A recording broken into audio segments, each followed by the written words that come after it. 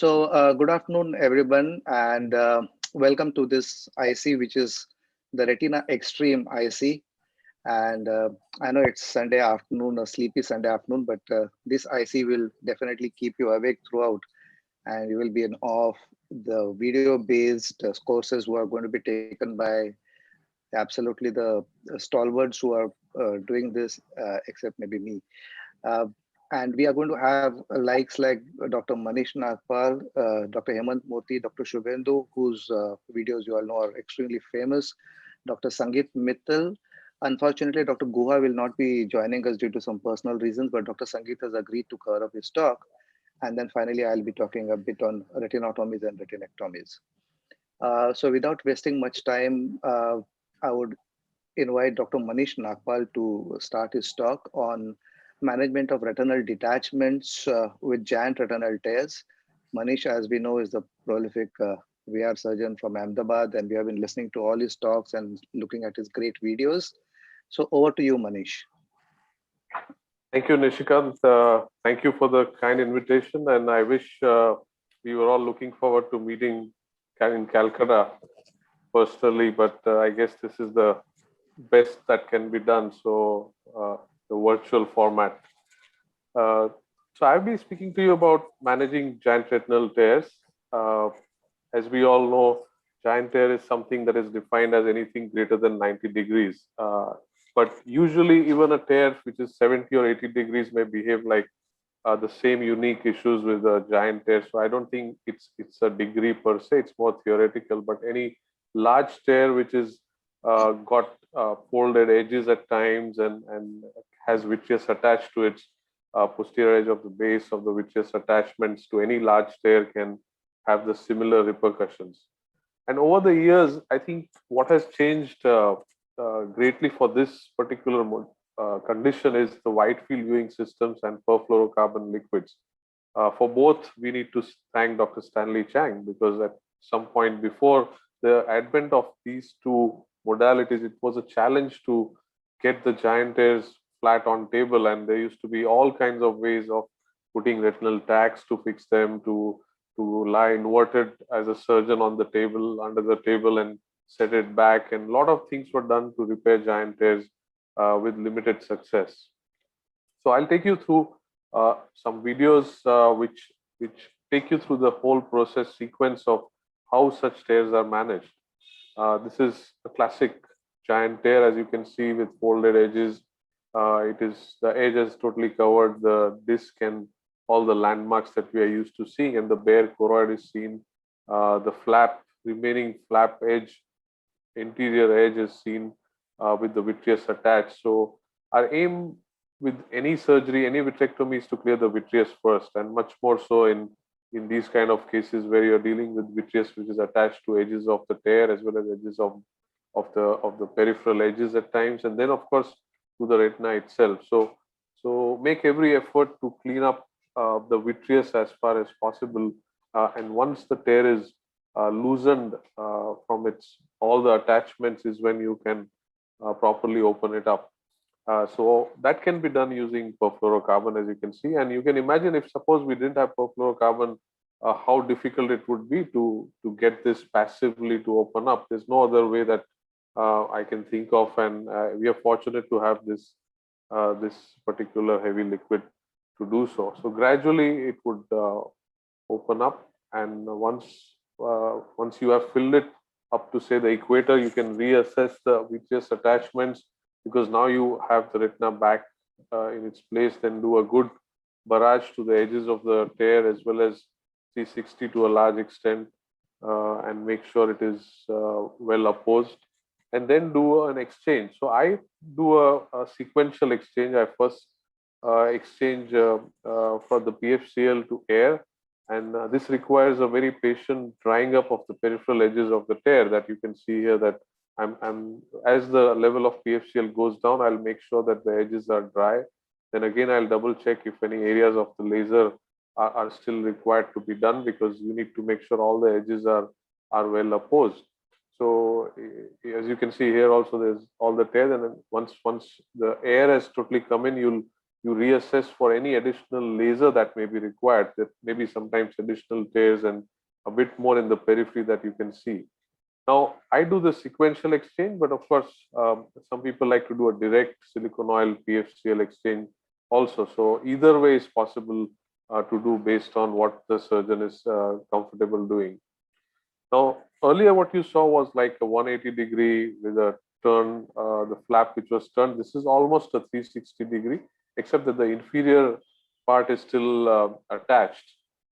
So once again, we are removing the vitreous from the bare choroid over the bare choroid and then trying to judge how to open it up.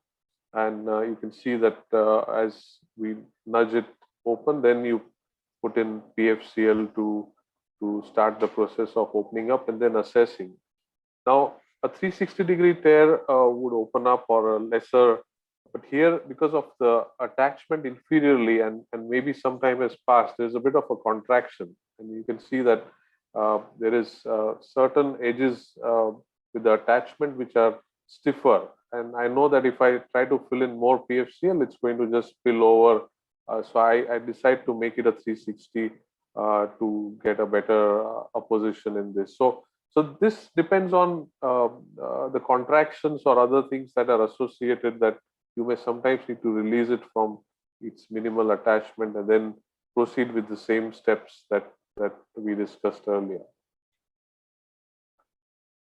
Now, this is a case actually I did yesterday, and this is a young kid with bilateral subluxated lenses, one eye with loss due to PVR, and he came to us with a giant tear in this eye with a subluxated lens. I first removed the subluxated cataractous lens, and behind was this fresh tear 360 degrees which had come up.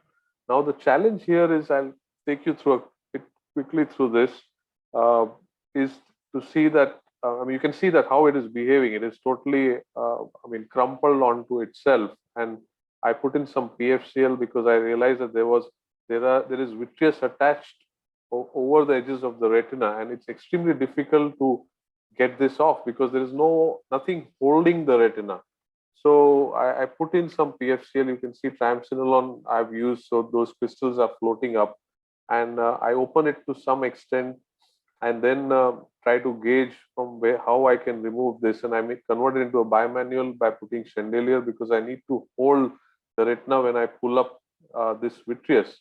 Normally the retina is attached in normal detachments and you don't face this problem. We just play, but this is like a tug of war with a totally mobile retina with no hold except the disc, and was an extremely difficult situation to manage. A young child with very stiff vitreous attachments, a full 360 tear. So I'm using bimanual. I'm using a atraumatic instrument, a massager, which we use for macular holes or just to manipulate the retina. So that kind of keeps, I'm using it to keep the retina at bay while I forcibly try to use my suction to pull and release the strong vitreous attachment in this case. So this is a unique situation with the vitreous attached on these giant tears that it can create. So I persist. I had to spend almost 20 minutes with this whole maneuver to gradually release it, and twice the PFCL just went behind. I had to refill it. You can see that as I pull this again and again and again, it loosens up, and I try to cut it in between to release as much as I can because the whole sheet doesn't come off in toto. So this process lasted a while, and the PFCL kept on going outside, and I refilled it again. As you can see here, I pulled it because it has a good hold, but as you pull more, then the flap tends to release the PFCL away. So anyways, we don't have so much time, so I put it back again, and you can see the retina is totally rotated. So I actually have to forcibly put it back by rotating it with the same massager, and then unfold the edges of those tears, and then of course do a 360. I do a few more rows of laser here because he's a young child, and maybe I've tried to remove as much vitreous as possible, but there's still residual attachment still there because there's no way I can remove it fully in this case. So these are the challenges. This is the massager that I use, and is something which I've also used in a very bad PVR case.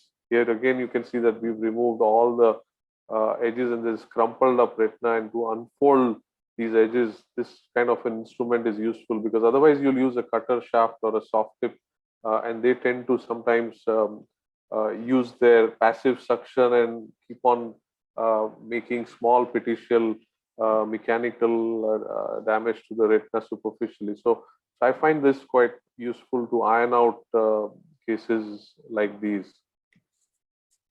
So how are we with time, Nishikant? I think 12 minutes. So How much? you got up to 12 minutes. Yeah. So what's is the time showing somewhere, or Yes, it is 10:30. Yeah. So how many minutes? You got another minute, okay, minute and a half. So this is another case which you can see that has where I repaired a giant tear earlier, which again retracted, and with PVR changes, you can see that inferiorly there was a large tear repaired, and then it retracted with the pucker.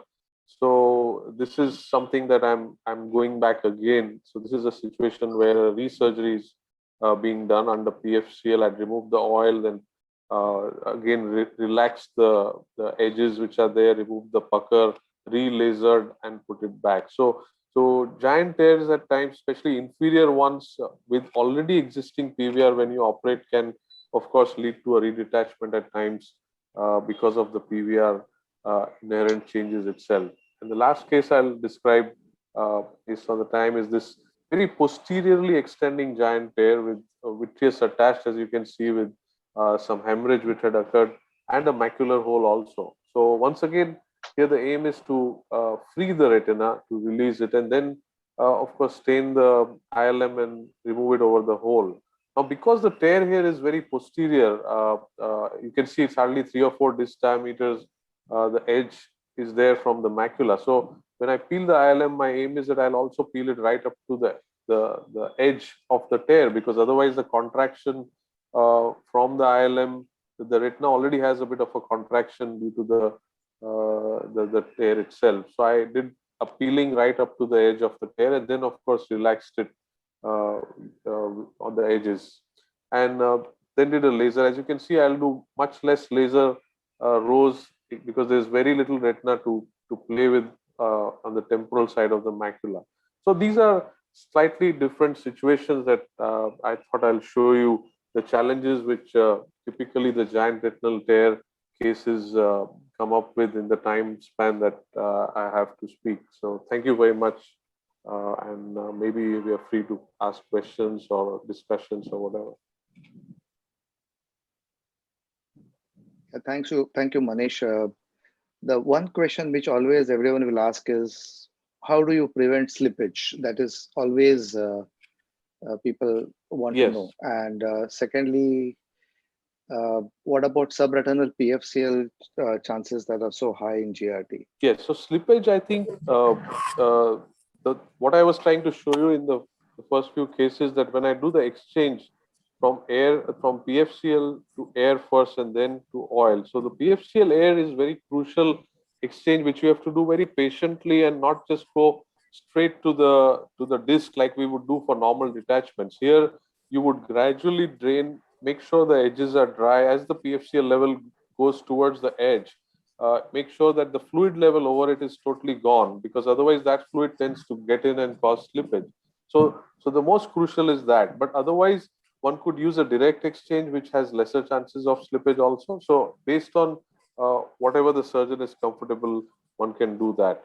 Residual PFCL bubbles are fairly, I wouldn't say common, but are not uncommon in giant retinal tear cases, because I think everybody uses PFCL, fills it up in these cases, and the tear is so big that even though you might remove everything that you can see, but some fish egging at some point during the surgery, some bubble may have escaped, and you may find it post-operatively. So I don't think it's a huge issue unless it's a large bubble which has come towards the macula or something. Most of the times these are in the periphery, and you can just be conservative with them, maybe just laser it around them if you're seeing them very soon after surgery. But if you see them for months, I don't think it causes any problems. Sangeet wants to ask some question. Yeah, Manish, I just wanted to know, does the size of the giant retinal tear affect your decision making whether you're going to do a direct silicon oil exchange or going to do a PFCL air first, or like No, I do in all cases switch to air and then switch to oil. So it's a sequential exchange. I don't directly switch to oil at all. if the tear is 360 degrees, you won't. Yeah, so I showed you the cases. I mean, I do the same, exactly the same. I would just make sure that all the 360 edges are dry, and then and make sure that they're dry. And after that, the level of PFCL goes below the edge, and usually that would not cause a slippage.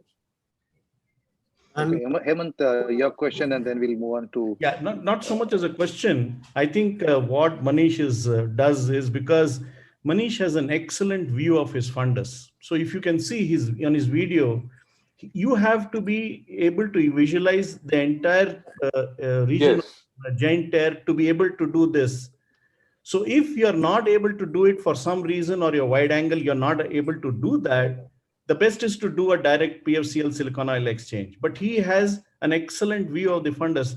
And I know that a lot of times I also do the same thing. If you have a good view of the giant tear, I do first a fluid air and then I put silicon oil.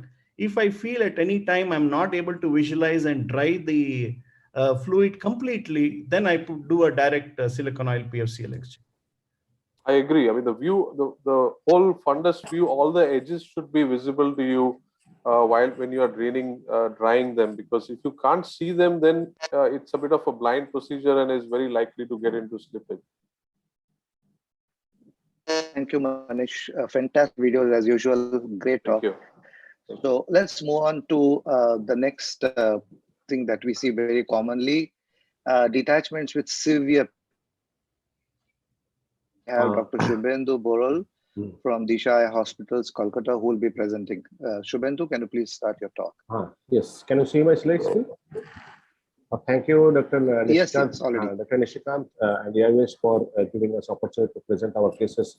My topic is management of retinal detachment with severe PVR. You know, the classification of PVR, the major clinical findings of PVR, it's a star fold because we classify as type 1, 2, 3, 4, 5. As a result, like focal, diffuse, subretinal, circumferential, or anterior displacement. Retina Society in 1983, they have classified the PVR according to the A, B, C, and D, and with C and D are then given to C1, C2, and CP, depending on the quadrants of involvement of this fixed fold. But the revised classification of the Retina Society again published in 1991, where the D has been eliminated in the revised classification, and C has been modified to CP1 to CP12 and CA1 to CA12, depending on the posterior to anterior or anterior to posterior retinal fold. So that it is the type of retinal fold again, focal, diffuse. So these are all complex situations in multiple like permutation combination that can present with the PVR, and practically you have to manage one by one, step by step, and you have to grade it, how much PVR is there, how much retina. Basic purpose is to relax the retina as much as possible. It's not, but actually it is not possible to relax the retina in case of very severe PVR due to the case situation. It's not possible, but still you can make it more relaxed as much as possible. So coming to our basic PVR changes in focal contraction, star folds at the macula. So macular star folds can sometimes be, it is very well visualized with the pigments, or you can stain it with the help of Typen blue or transfer acetonide as so in this case. Now one by one you can just release the traction as much as possible, and you can then inject the PFC to judge how much contraction, residual contraction is left, so that you can again stain it under the PFC and remove the residual traction. But coming to the more severe kind of situation, PVR D1, it's like situation where you have to go for the bimanual filling, otherwise you cannot finish all the release of the star folds. The star folds are very important, one by one, two instrument, like by either by Allen forceps or by end gripping forceps, or nowadays we are using max grip most commonly. and then inject PFCL to see how much residual contraction is there. If the residual contraction is still persisting, then again you can inject triple blue dye or BBG dye under the PFCL. Most often we are using triple blue dye because it stains star folds of residual membrane so nicely.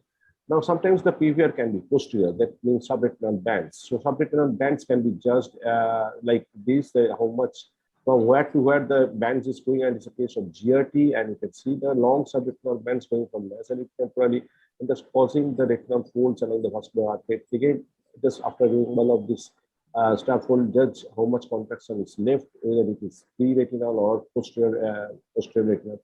Now it is another case of post-traumatic closed funnel PVR where there is retinal incarceration is there. So I'm doing the retinectomy all around the and finally reduction retinectomy I have to do.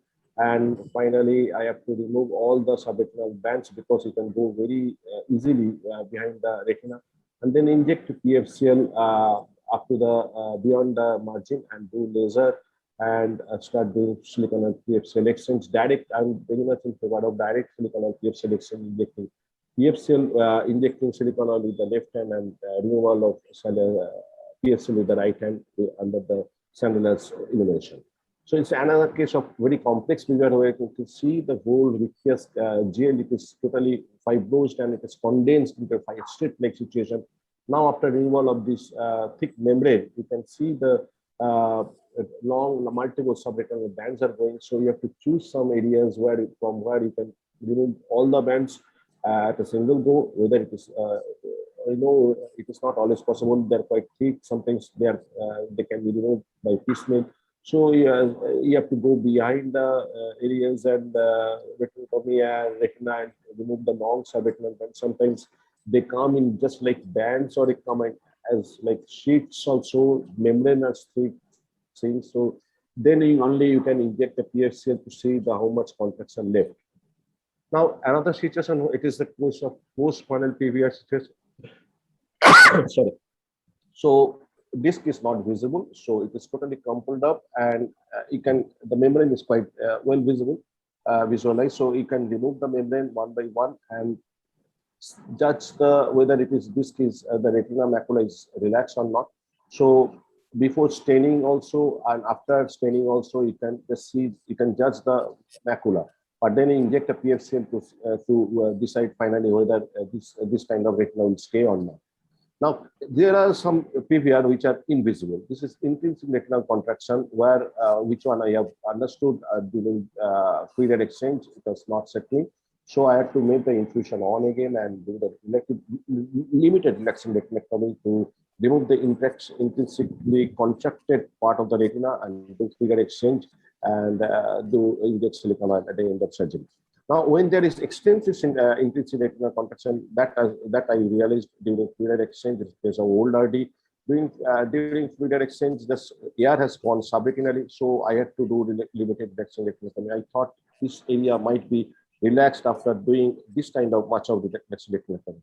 They injected PFCL again. Then I thought this much of more relaxing retinectomy still will work. But again, what Dr. Manish was telling, subretinal PFCL, that may again happen in this kind of situation if the retinal contraction is persisting even after doing relaxing retinectomy. I had to do more relaxing retinectomy, especially supranasally, then injected silicone oil again, but still there was wrinkling of retina. So I had to do more, almost like 360 relaxing retinectomy in this situation, because this kind of intensive retinal situation where the peripheral retina absolutely taught in spite of good dissection, vitreous-based dissection, as well as removal of the all vitreous, adherent vitreous, whatever is there, going for the silicone oil PFCL exchange, injecting silicone on the left hand and removal of PFCL with the right hand.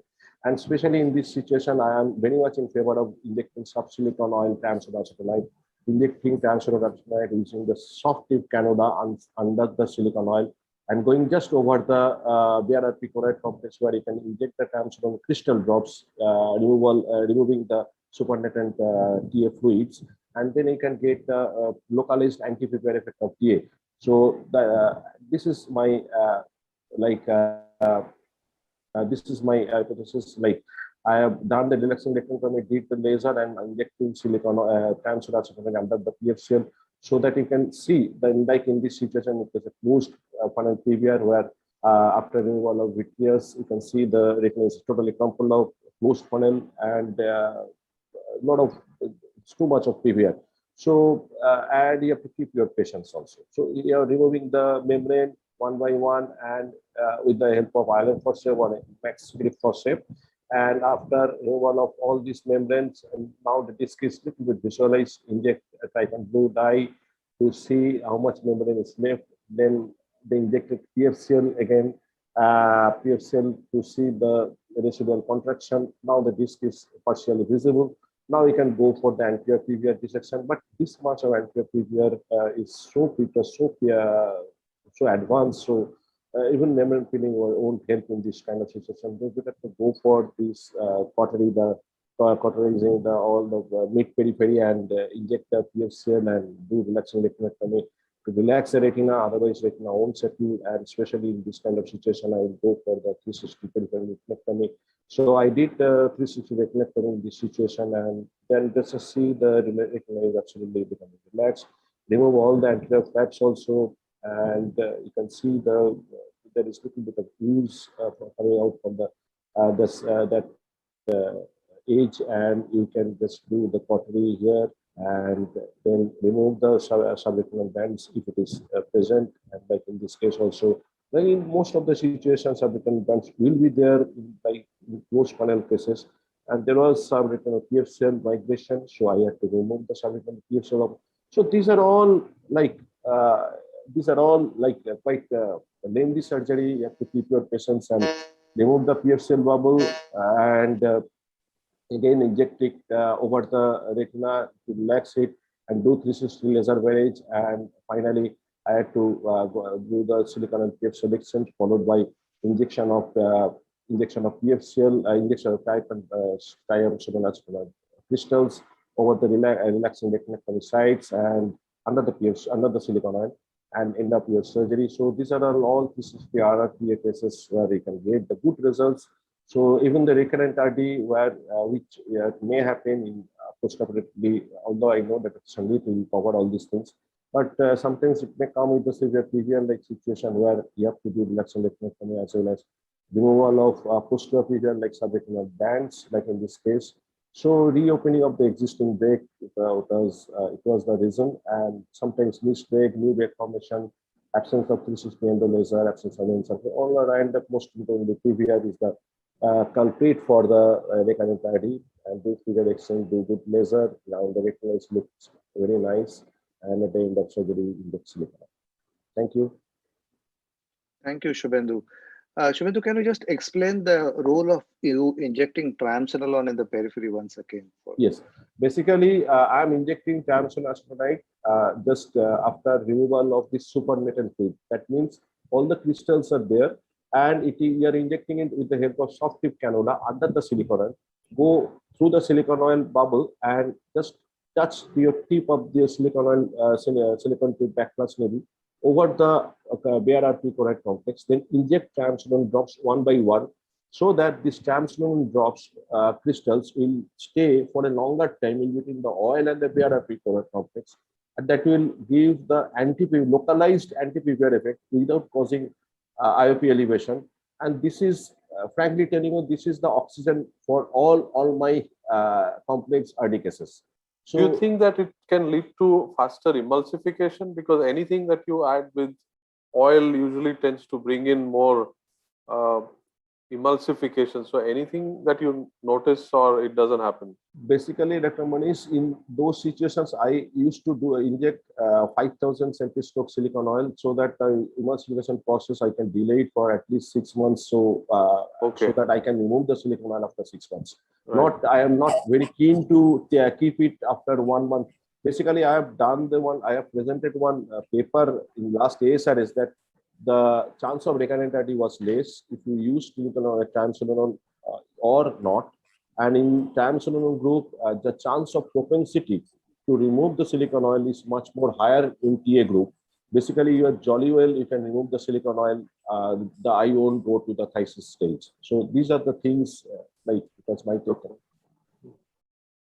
Thank you, Shubhendu. Fantastic presentation as usual. Can we now move ahead to the next talk with Dr. Sangeet Mittal, and he will be speaking on managing of retinal detachments, complex recurrent retinal detachments.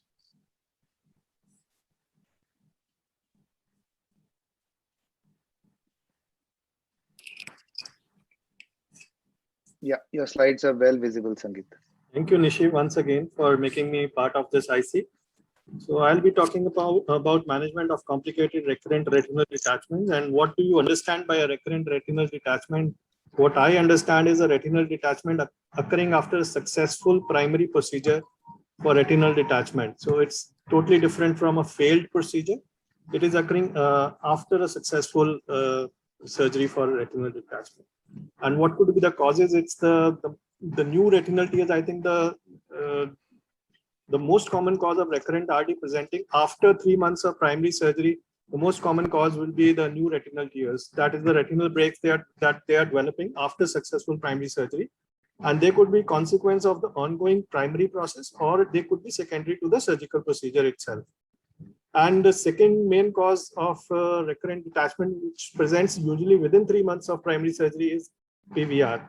And this RD then results from the development of pre-retinal or subretinal membranes due to a complex wound healing response leading to cellular accumulation, proliferation, fibrin deposition, and contraction of formed membranes. And Dr. Subhendu has already covered how to manage PVR. I'll just touch how to prevent this from happening. So for new retinal tears, how to prevent that new retinal tears should not happen during the primary surgery.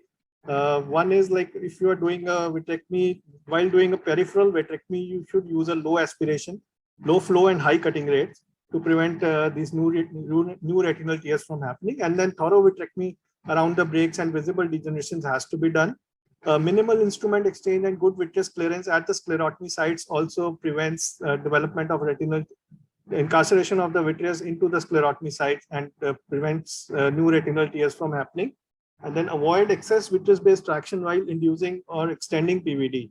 Again, a very important point. When we see sometimes that we are inducing PVD, the PVD stops being extended at one particular point. I think we should not use excessive traction at that moment. That definitely causes new breaks to form. Then avoid over treatment of lattices and keep a healthy rim of retina between the scar and the lattice, because many of these retinal tears, the new retinal tears that happen, develop at the edges of these lattices, very close to these lattices, and very close to the scar, laser scars also, which we give very high burns, which we give. They are also one of the causes of the new retinal tears happening after primary surgery. And then examination of peripheral retina after completion of surgery, again, is a must. Use of encircling band, I don't think so. It prevents the formation of new retinal tears. They do happen after that also. So management will include, if you catch it early, you can do a laser or a cryoretinopexy, or you can do a pneumoretinopexy if the tear is in a specific position. And again, you can use vitrectomy with gas tamponade, or use silicone oil only. Use silicone oil only if associated PVR is present. So these type of retinal detachments can easily be managed with simpler procedures like vitrectomy with gas tamponade. So this was another 52 years male patient who we had operated for a retinal detachment, a macula on retinal detachment earlier. The patient had 6/6 post-op vision, but 1 year later, the patient came with another recurrence of detachment. You can see on the temporal side this time. So this was the detachment which was occurring due to a new tear form, and that tear was located just posterior to the sclerotomy. I'll just show how we managed this case. There was a little bit of one fixed fold present inferiorly also. So this fixed fold was released. And usually you will find these new tears just behind the sclerotomy sites. You can see here the retinal breaks are present. The new break is present, which has caused the recurrence of retinal detachment. So simply you do vitrectomy around this area. You remove whatever residual vitreous is there. And if you find that there are some kind of membranes, you can remove that. There's no need for excessive ILM peeling in these cases. Do a internal drainage and do a laser or a cryoretinopexy around the break, and then just inject gas in this patient. So there's no need for oil in this patient because there's no extensive PVR in this eye. So I use a 12% C3F8 gas, and this is 3 weeks post-operative. Again, the patient's retina is attached and the patient is maintaining 6/6 vision. So how to prevent PVR? PVR is another cause of recurrent retinal detachment, and how to prevent it in the primary surgery. One thing is to manage the pre-existing inflammation with systemic steroids before taking up the patient for surgery, or you can defer the surgery for a few days till the inflammation gets under control. If any choroidal detachments are there, ideally you should give systemic steroids to manage choroidal detachment before taking up the patient. Then avoid use of excessive cryoretinopexy in these eyes. If the there is a risk for a PVR in high risk cases like any pre-existing PVR or a trauma case. You can use adjuncts like methotrexate while doing vitrectomy, and meticulous vitrectomy in presence of vitreous hemorrhage or other opacities should be done. And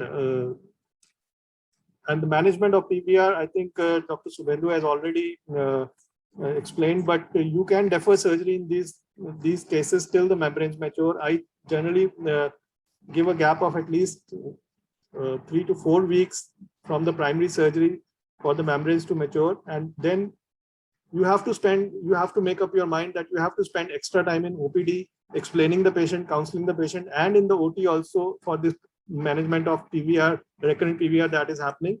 And if you have not buckled the eye in the first surgery, you have to buckle it up.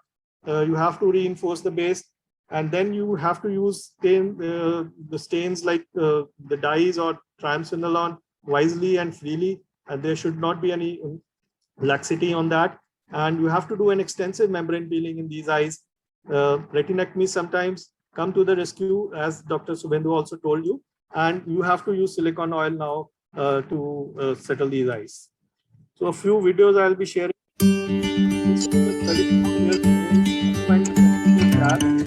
This recurrent arginine gas. How gas is gasable is start. The muscle was not there in the primary surgery. Add a semi-settling band.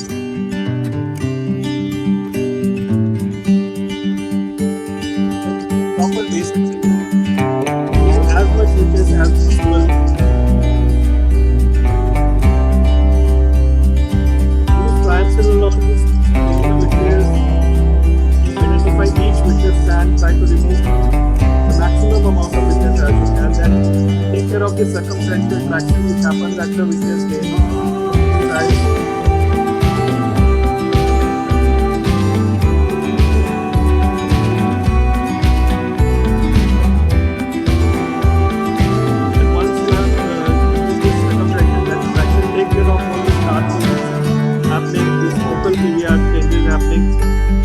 Extensive ILM peeling, I would prefer even to go beyond the arcade if possible to remove the ILM. In case of any hidden epiretinal membranes also, and prevents the involvement of the macula if the patient recurs again. See, there is an epiretinal membrane here which I identified only while sometimes even at time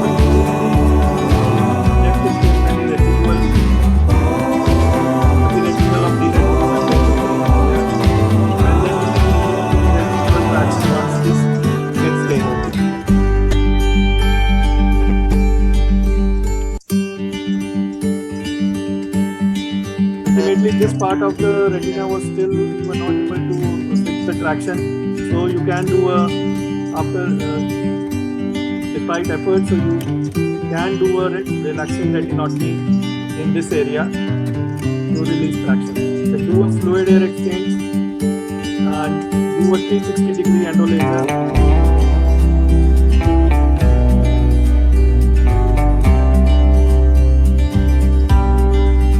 Then, as I said, silicone oil is the Bernard and these guys. This is one day post-operative patient with retinal was settled. And 6 weeks post-op, and at this stage, recommended for silicone oil removal. And the patient is doing well. So here I'll highlight what is the significance of triamcinolone in this video. This was a 24 years male, had undergone vitrectomy plus belt buckling 3 months ago. But he presented with the recurrence of retinal detachment. So you see here we are removing all the vitreous that is left behind. And once we had done so, I just injected triamcinolone. You see still so much of this posterior hyaloid is left behind. So you have to stain these eyes completely wisely and remove as much of as vitreous as possible. You have to be liberal with staining in these eyes. Again, this is a patient who underwent membrane peeling under silicone oil. So 72-year male, he had been undergone vitrectomy silicone oil elsewhere. So the membranes had matured enough, so I thought I'll just remove them under the silicone oil itself. You can do this sometimes if you find that the membranes are mature. And you see these membranes coming off under the silicone oil. In this patient, you can prevent removal of the silicone oil and then reinjection of silicone oil. That the presence of silicone oil provides a counter action when you are removing the membranes extensively, but you have to be careful that you remove each and every membrane.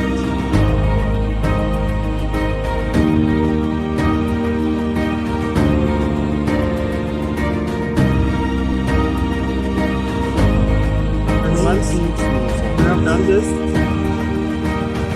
can inject once all of the membranes are removed, you can use silicone oil again, take a little bit of silicone oil and use the retinal fluid which is left behind, and do endolaser around the break that had happened during the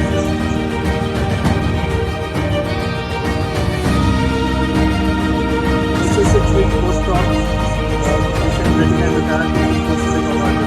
Now, sometimes we do encounter posterior tears, and this was a patient who had undergone pneumoretinopexy 1 month ago. He had retinal detachment and there were posterior tears, and you can see there's a communication between the vitreous and the subretinal space here.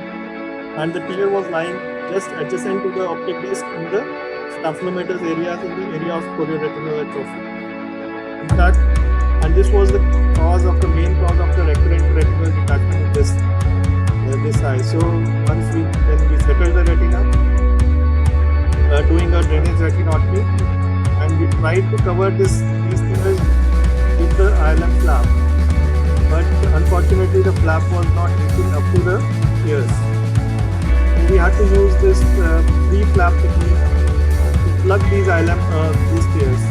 And just remove the ILM flap and just plug these micro holes in the ILM flap.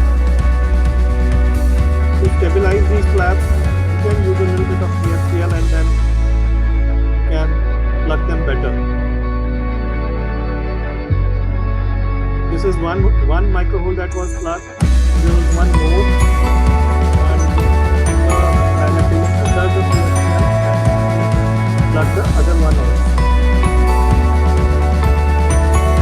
Once you have done that, you do your surgery in a routine fashion. This will be the gas, and this is the retina settled. This is my last video. This was a patient who had undergone multiple surgeries and had a recurrent PVR.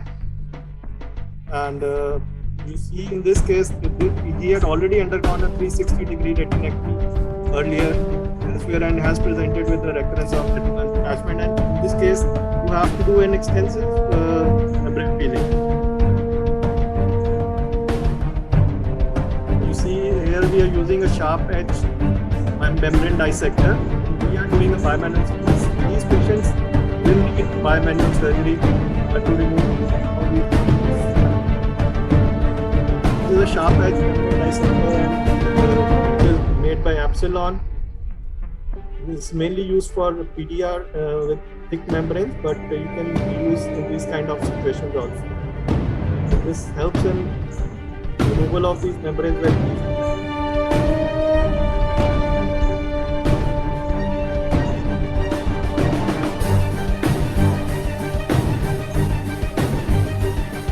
Again, as I pointed out earlier, also extensive membrane cooling is the key to success in these type of cases.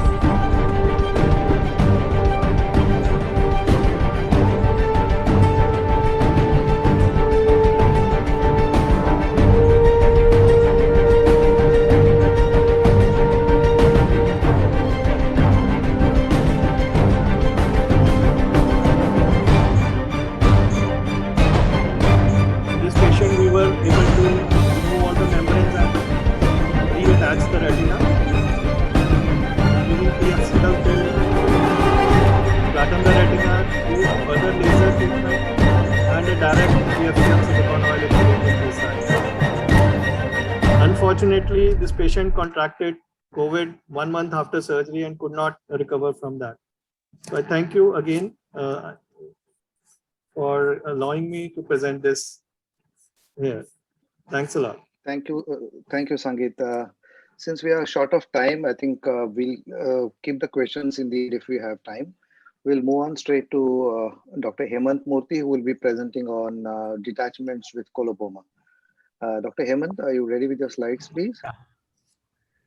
That's fine. Yeah, absolutely. Right. So just a second. Let me. Yeah. So I'll be speaking to you on choroidal coloboma with the retinal detachment. This is somewhat slightly different from the talks that you have heard before. So the choroidal coloboma is caused by a congenital defect. It's a congenital defect caused by the improper closure of the embryonic fissure. It is seen to affect about 0.14% of the general ophthalmic population, and the prevalence of retinal detachment is 3.96%. Now, it's commonly seen in the second decade. Most of the patients have other features like nystagmus, which is seen in about 44% patients. There is also a possibility of lenticular opacities and iris coloboma. Now, 74% of patients had also got a colobomatous disc in the coloboma. The detachments due to the breaks in the coloboma is seen in majority of patients, that's about 58.8%. And PVR is rarely present in this condition. So the good thing is that we rarely see PVR, primarily because the breaks occur in the coloboma, which does not have the retinal pigment epithelium. As you would have known that RPE is the primary cause for inciting PVR occurrence. Now let's look into the pathology of this condition. So if you look at the margin of the coloboma, the retina splits into two layers at the margin. The inner layer continues over the coloboma as the intercalary membrane or the ICM. Now, other swept source OCT further shows that the ICM can have schisis, cysts, and breaks. So these are additional changes which could occur in the ICM, which would predispose the ICM to develop breaks. The outer layer turns outwards and becomes disorganized and merges with the retinal pigment epithelium. The choroid also stops at this margin. We also see vitreous adhesion at this margin. So this margin is very crucial in the occurrence of retinal detachment. This margin is called locus minoris resistentiae. So if you see this is a coloboma, so the inner layers of the retina continue as the ICM, and this margin is called the locus minoris. So the breaks can occur in three locations. As we have seen, predominantly it's seen within the coloboma, that is, it occurs in the intercalary membrane, or it could occur at the junction.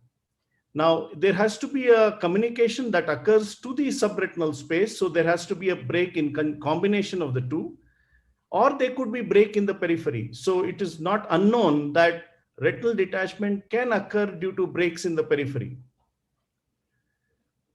Now, if there is a break in the periphery, then you would also observe that the retinal detachment does not extend completely around the coloboma. So this would give you a clue that there is a break in the periphery. However, it's very difficult to identify these breaks because patients have microphthalmus and nystagmus. So it's always very tough to identify a break. If you are able to identify a peripheral break, then scleral buckling surgery is an elegant technique for this condition. But most of the breaks occur in the locus minoris and intercalary membrane. So this would require vitrectomy. One should not try to do a scleral buckling in this condition because this would invariably fail. So you need to do a vitrectomy in this condition. It is difficult to detect the breaks preoperatively. So be ready that you will not be able to see the breaks. So there are standard ways of doing it, and that works out very well in this.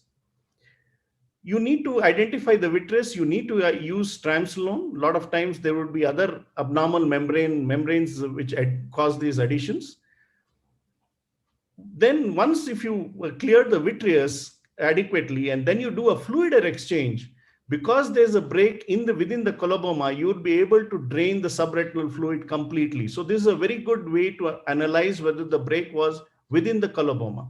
So once you're able to reattach the retina, you do laser to the edge of the coloboma, and then you can use a tamponade. Most frequently used is silicone oil. However, you should be ready to know that the emulsification occurs very early in this condition. So you have to be prepared for an early removal, because if you leave it longer, glaucoma is very common in this condition. The gratifying thing is that anatomical success is seen in about 87.4% patients. So this is a video of a patient who had a coloboma with a retinal detachment. So as we completed the core vitrectomy and started use the triamcinolone to identify some membranes that were seen around the disc. Fortunately, in this patient, the disc and the macula were away from the coloboma. So this patient would have a good visual prognosis. So as we proceeded with the vitrectomy, we could see that there was an area where in the inferior part which was attached. So we know now that this is not caused by the coloboma, but a break which has occurred in the periphery. So I put in PFCL, did the laser around the edge of the coloboma, because this would be anyway a weak site for recurrence of detachments. And then I had to identify the peripheral break, which was not seen preoperatively. In spite of scleral depression and examination, we couldn't detect the break. Then on examination, we could see that there is a break in the periphery, and this we could identify it, and then we did the laser around it. So the breaks are very small in this. So sometimes it's very tough to make out, especially because there is nystagmus and you don't see them. And then I could do a fluid air exchange through that break and reattach the retina, and then used a tamponade. We were able to attach the retina completely. This patient had the breaks within the coloboma.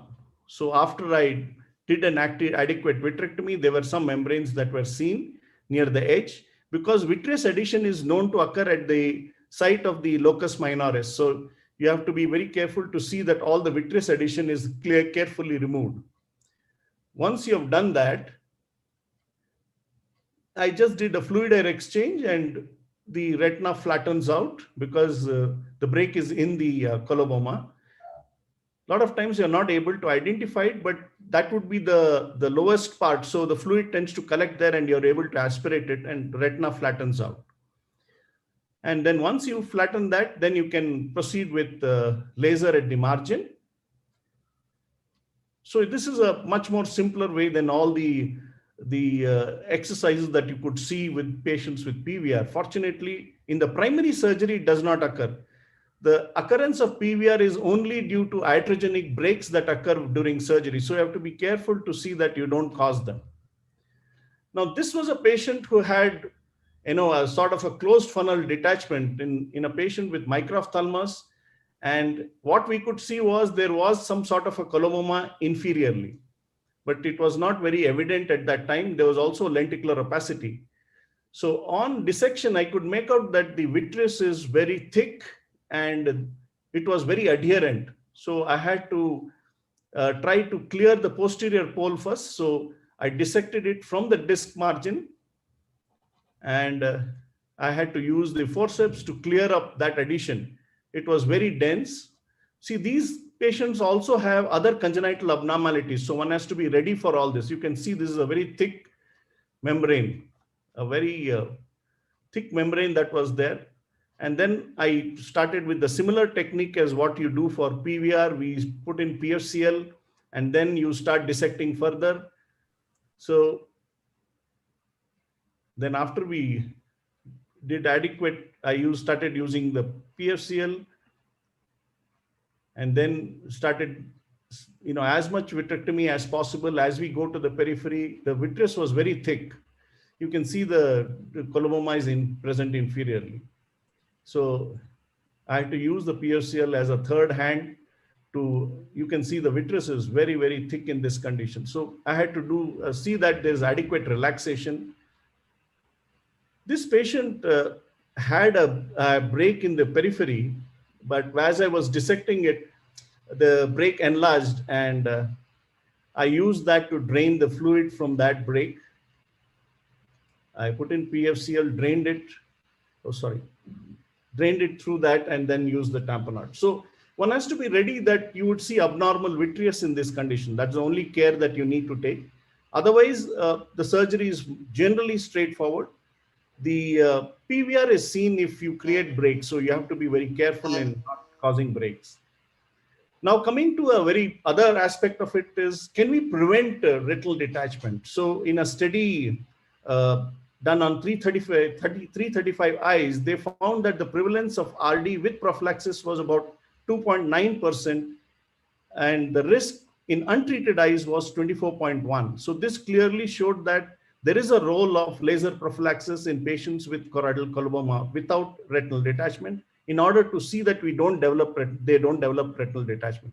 Remember, these are children, so you have to be very careful to see that you're able to do it. You might require general anesthesia in some of these young kids, but one should also be aware that the fovea, the macula, and the disc margin should be avoided. So you have to be very careful. Depending on the type of coloboma, one can treat it.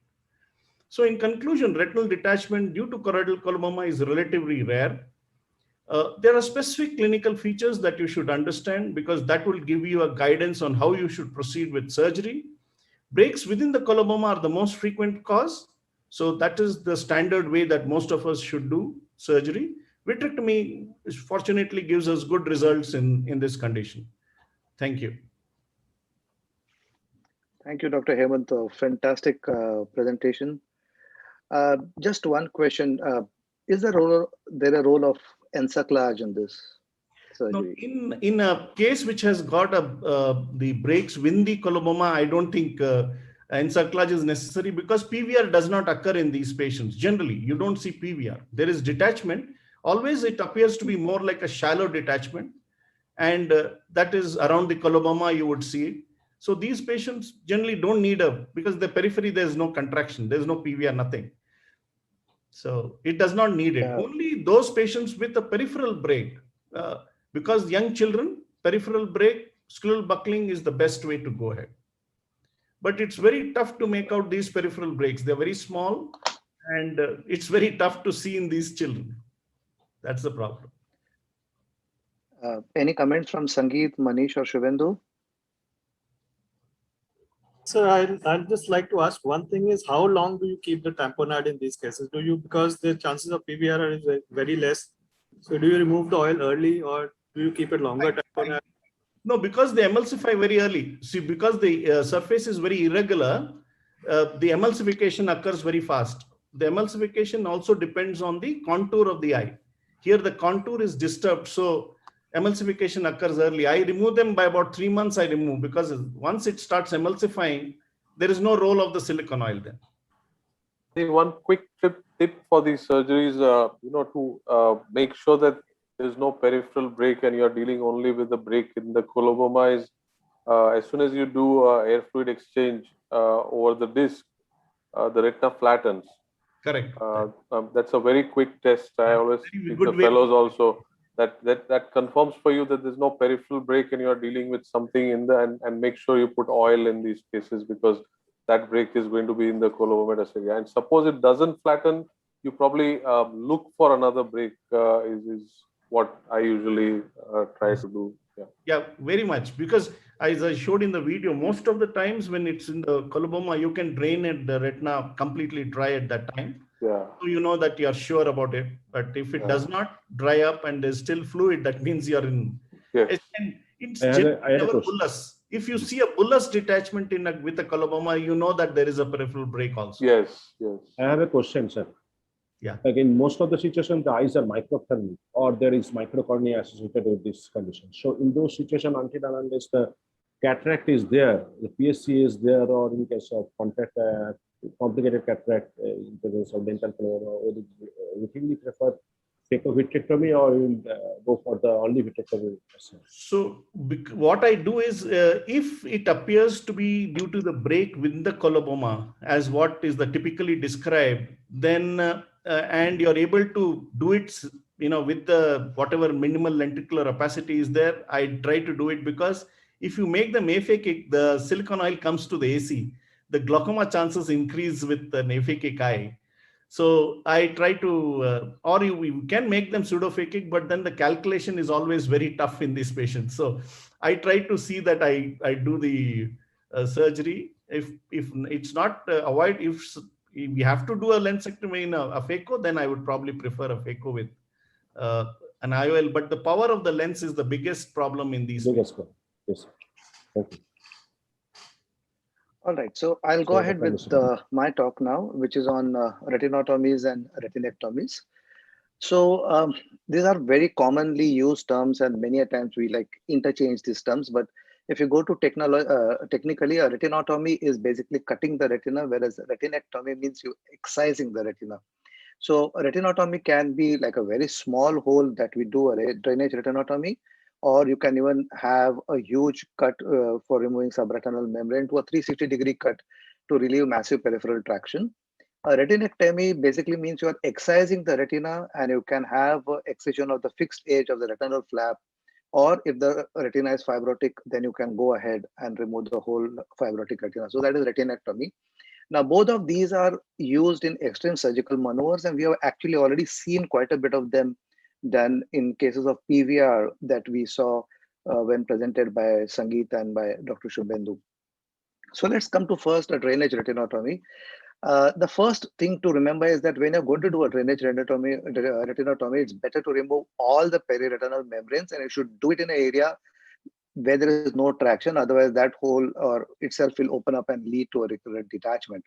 It should be done with the endodiathermy, because it will, of course, give a hemostasis, and the edges become white. So, you can make out the hole once the retina is settled. Otherwise, you lose the identification of the hole created by you against the RPE. If there is a scleral buccal, then of course you should do it in an area supported by the buccal and not anterior to the scleral buccal. Otherwise, it's difficult to do the drainage through that. And again, you will lose it over the buccal. Now, sometimes you do a retinotomy to gain access to the subretinal space. And most of the times it is to remove a subretinal band or a membrane, like you can see in the video on the right. You can also do it to drain a subretinal hemorrhage, or to remove a neovascular membrane, a subretinal foreign body, sometimes a PFCL, or a scar or an abscess, which gives us access to this particular subretinal space. Now, a subretinal blood can be a massive hemorrhage, or the other one is on the right, which is by Manish itself, where there's a large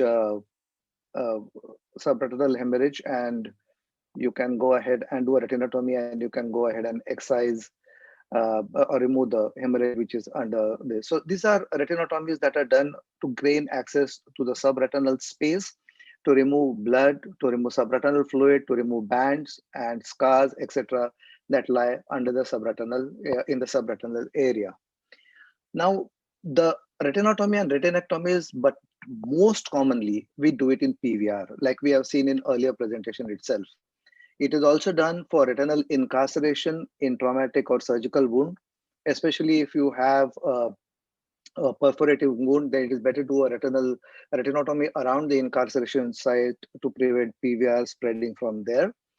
The PVR indications are roughly the same that you see. These are the various forms in which you can get PVR, but you need to do a retinotomy or retinectomy also if there is a fibrosis of the flap of the giant retinal tear if there's a contraction, or if there's a proliferative vascular retinopathy in which the adhesion is so much that you can't separate the vascular membrane from the retina, so you have to excise the whole complex itself, and also in case of the inner wall of the congenital retinoschisis.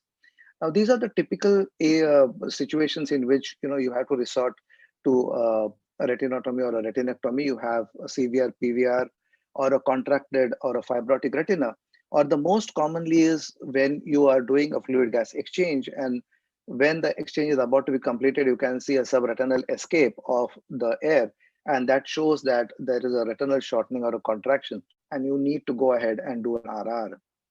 Now, the tips and the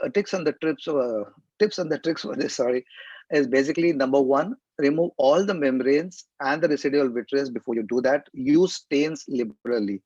You have to be as anterior as possible because the contracture inevitably results in less remaining retina than what you anticipate. So many times you cut it and in the end you see you have very little retina. So better to stay anterior. But having said that, don't undercut it just because you don't want to cut too much of retina.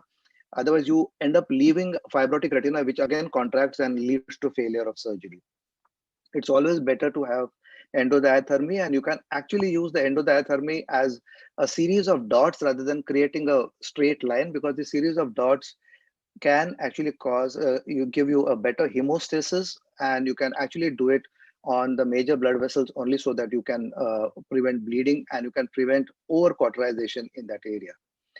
Use PFCL, and if you're going to cut excess of retina all 360 degree, it is better to start with the PFCL to stabilize the posterior pole before you go ahead and do a full retinotomy 360 degree. Otherwise, the funnel might close in certain cases with hemorrhage, etc. You will find it difficult to open it again. You have to laser with care, and remember the edges of the viable retina should be sharp and should not be scrolled. Otherwise, you end up getting a redetachment. The common pitfalls are you can get choroidal bleeding if you're overcutting it or you're going close to the choroid. And the residual retina, which is necrotic beyond retinotomy, should of course be removed totally. Otherwise, there is a post-operative inflammation. It serves as a scaffold for proliferation and neovascularization, and that can cause an anterior loop traction, ciliary dysfunction, ciliary membranes, and can lead to a post-op hypotony, and you can lose the eye. And use silicone oil liberally because these are large retinotomies and complex retinal detachments. So you have to do good justice by using a good amount of tamponade in these cases. Now, this is just to show how indicative case. Use a chandelier most of the times because you're going to need a bimanual dissection many times, and it also gives you you're free to use manually bimanual. Do a good vitrectomy, and remember to do a good vitrectomy before you go ahead and rush to do your relaxing retinotomies or retinectomies, because a stiff retina gives you like a third hand and it helps you in vitreous dissection. Remove as much as epiretinal membranes as possible. You have to do a very, very, very meticulous membrane removal, because otherwise post-operatively these membranes start contracting and cause a recurrence of PVR. It can cause retinal contraction, and most of the retina might be settled, but your macula starts getting macular proliferations, and you might have to go in again just to remove that. Many people do ILM peeling also in posteriorly to prevent any post-op epiretinal membrane coming on the macula. You can trace out the subretinal bands, can do a retinotomy and remove the subretinal bands. You can increase the retinotomy to remove the subretinal bands. And once you have done removal with most of your membranes and the subretinal bands, then you can, like I said earlier, use PFCL to stabilize the retina. And after you put the PFCL, say up to the equator, you can reassess the situation. If the retina is still stiffer in spite of vitrectomy, you can go ahead and do endodiathermy in the edges, and go ahead and do a retinectomy. In this case, we had extended the retinectomy literally 360 degrees because there was an anterior retinal contraction. Once you finish your retinectomy, be sure to excise all the retina which is anterior to the retinectomy. so that it doesn't lead to post-operative complications like I mentioned earlier. And it has to be meticulously removed. You have to spend a good extra time and do a good depression and remove all the retina which is in the periphery.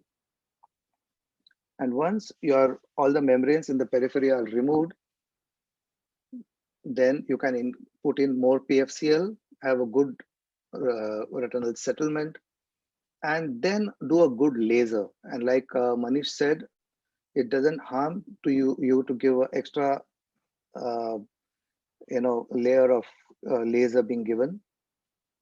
And once you are done a good laser, trace out if there are other breaks around there, laser them also, so that you have had a good amount of retinopexy. And then you can finish it by exchanging it with silicone oil injection, which can be either a direct PFCL oil injection, which I prefer, or how Manish does it after fluid gas exchange. The complications, like I mentioned, can be hemorrhage from the choroid or the retina, so you have to have a good diathermy.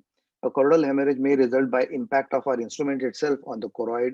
Many a times your instruments rub against the retina and the RPE, and you can find a damaged RPE which is there from subretinal instrumentation. So you have to be very careful when you're doing subretinal dissection. You can have an enlargement of retinotomy that may be due to excessive diathermy or due to incarceration of the retina at the edge of the retinotomy when you're draining it. So you have to be very careful when you're doing FGE. And post-operatively, if you've done too much of retinectomy, you can get an extensive visual field defect. Large exposed RP can lead to PVR. You can get hypotony, like I said before, and neovascularizations can be there, causing near-retinal detachments. So just to conclude, performing a retinectomy, although it is simple in concept, it requires a lot of detail and a step-by-step way to ensure the best possible results. The retinotomy and retinectomies can improve the therapeutic effect of a complicated retinal detachment, especially in PVR cases. But there are too many complications with this maneuver, and therefore you have to be very careful while performing these. Thank you very much. Thank you to AIOS for allowing me to conduct this IC or choosing it. And I thank AIOC on behalf of all the participants. So Sangeet, should we have enough time? So should we present the last video of your subretinal hemorrhage and then have a discussion? If you wish, I can present it. It's just a video with the voice, inbuilt voice. Yeah, let's do that. Okay. I'll just share the screen now.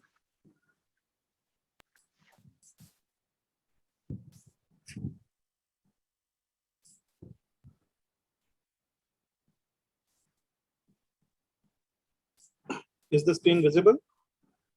Yes. Okay, so I'll just play the video. Yeah. 66-year male who had undergone multiple intravitreal injections of Avastin presented with persistent submacular hemorrhage. 27-gauge vitrectomy was done without base excision. Internal limiting membrane was peeled using ICG dye.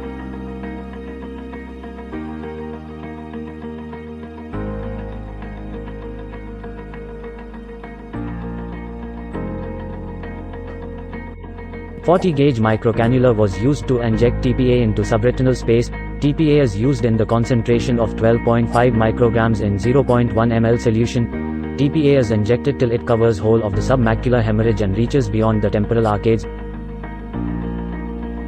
Fluid-air exchange is done so that air replaces about 60% of the fluid in vitreous cavity. Air is then exchanged with SF6 gas. Visual acuity improved to 6/36 after 2 weeks and to 6/24 after 4 weeks of surgery. The most common complication seen with this procedure is a macular blowout resulting in a macular hole. This is mainly due to the uncontrolled forceful injection by the assistant who is pushing the plunger while the surgeon holds the syringe. This also leads to shaking of surgeon's hand while injection. To overcome this, an automated subretinal injector can be made in the OR. A 1 ml tuberculin syringe is cut at 0.5 ml mark. Plunger is cut with a length of 0.1 ml longer than syringe. A small hole is made into the rubber of a 10 ml syringe. The cut tuberculin syringe is then fitted into the rubber. A hole is then drilled in the 10 ml syringe and its hub is removed. Tuberculin syringe prepared earlier is then fitted in this 10 ml syringe as shown. This apparatus is then connected to the VFI system on vitrectomy machine. The drug is filled into the syringe from top and microcannula is connected. The speed of the injection can be foot controlled.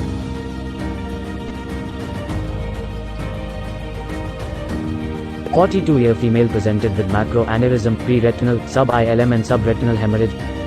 27-gauge vitrectomy was done without base excision.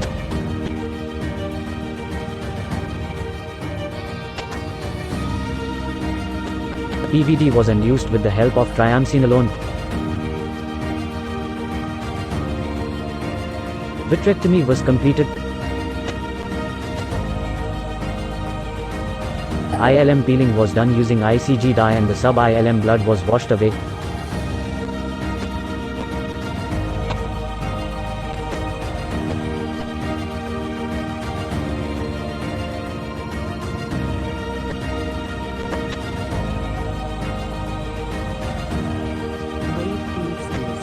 A 40-gauge microcannula connected to the subretinal injector was used to inject TPA in subretinal space. Notice the smooth injection and less shaking of hands in this case.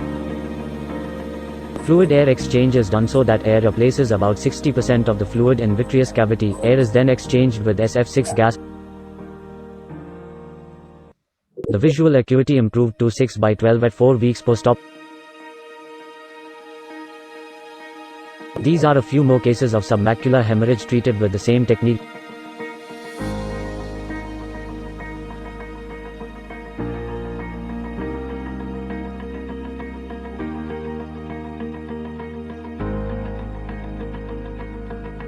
An 85-year-old male presented with hyphema, dense vitreous hemorrhage and total retinal detachment with subretinal hemorrhage. To begin, the infusion was placed in the anterior chamber to drain out hyphema. Anterior vitreous was removed and it was made sure that the infusion cannula was in vitreous cavity. Vitrectomy with base excision was done. Special care is taken while removing vitreous in these cases as it is hard to differentiate it from underlying detached retina. Total retinal detachment with massive subretinal hemorrhage was seen once the vitreous opacities were clear. Endodiathermy was done in the temporal peripheral retina in order to perform a large drainage retinectomy.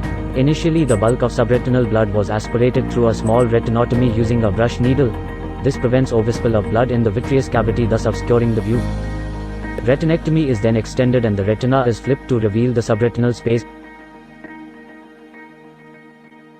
Remaining subretinal blood is then removed slowly using backflash needle. Large clots are removed using vitreous cutter. One needs to be patient and remove as much blood as possible. This may sometimes take a lot of time and multiple attempts are needed for complete removal.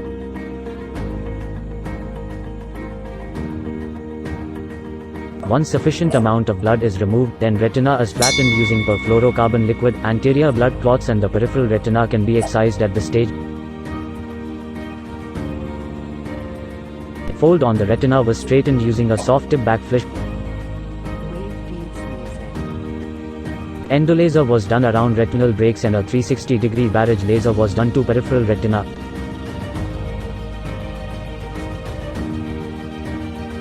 A direct PFCL silicone oil exchange was performed. 65-year-old female presented 12 days after cataract surgery with vitreous hemorrhage, retinal detachment, subretinal hemorrhage, suprachoroidal hemorrhage and a possible needle perforation. Vitreous hemorrhage was cleared. Below the hemorrhage massive choroidals were present. 26-gauge IV cannula was inserted in suprachoroidal space at the point of highest elevation. Once the cannula is in the right space, the metallic stylet is withdrawn and the plastic cannula is left to drain the suprachoroidal fluid.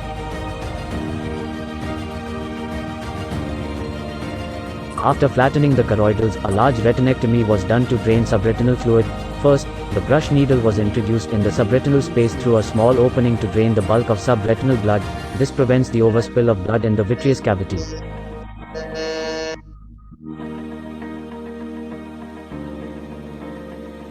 A chandelier light was inserted and PFCL was used to flatten the retina. This was followed by 360 degrees endolaser barrage and silicone oil injection.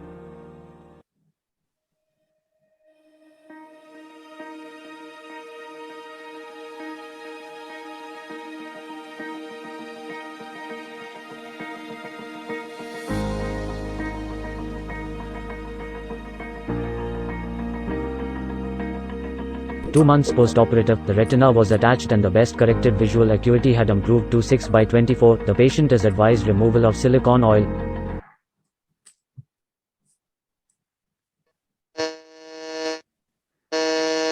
Sangeet. So how much time do we have? We have another 5 minutes, Jinal? Yes, another 5 minutes. So we have time for about 5 minutes of discussion. During the presentation, I saw two innovative instruments. One was by Manish. Manish, can you just elaborate on your dissector that you have in your video? What do you use?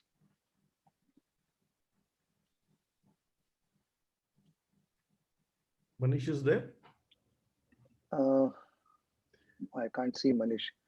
No, so he has it's a blunt instrument. I've seen it. It's like it's a blunt tip so that it doesn't, it's practically atraumatic to the retina. So, so you can use it. Generally uses.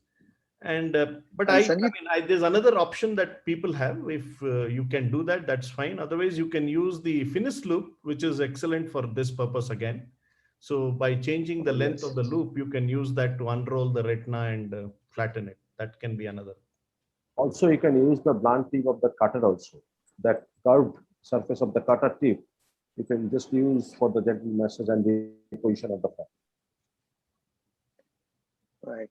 Shubhendu, sometimes do you find that, the PVR retina is just too stiff to open up? So do you have to manually sometimes stretch it, or have you ever done that? Yes, yes. Get the Especially so with the DDMs. With the DDMs, it helps in cutter tip, and by manually you have to do under the sandals. Especially if there's a napkin ring near the disc. Yes. That's the one condition which is very, very nicely opened up by manual. By manual. And Sangeet, you showed your arrow. What can you elaborate on the arrow? Nishi, arrow is an instrument that is recently made by Epsilon. It's just like MVR knife, which is cannulated from inside. And there's a tip is like a spear. And just behind the spear, there's a small hole. And then this instrument can be connected with the handle and with the extrusion pump of the vitrectomy machine. So when you are doing dissection and if there is some kind of bleeding from the tissue, you can always aspirate that blood through that instrument without doing any exchange. And second advantage is like you can do a proportional reflux and you can do a hydrodissection or a viscodissection with this instrument itself. You can push some fluid, you can dissect the membrane and then you cut with the instrument itself. So various instrument exchanges can be prevented using this. But suppose you're doing it under PFCL and you don't want the PFCL to come out from the... No, it won't come out until and unless you aspirate it. Okay, so you have to, it's not a passive extrusion, it's an active suction. No, it's an active suction. You can use it as a passive also, that depends on you. If you don't connect it with the extrusion pump, then it can be used as a passive instrument. I have a quick comment on the Dr. Mittal's submacular hemorrhage.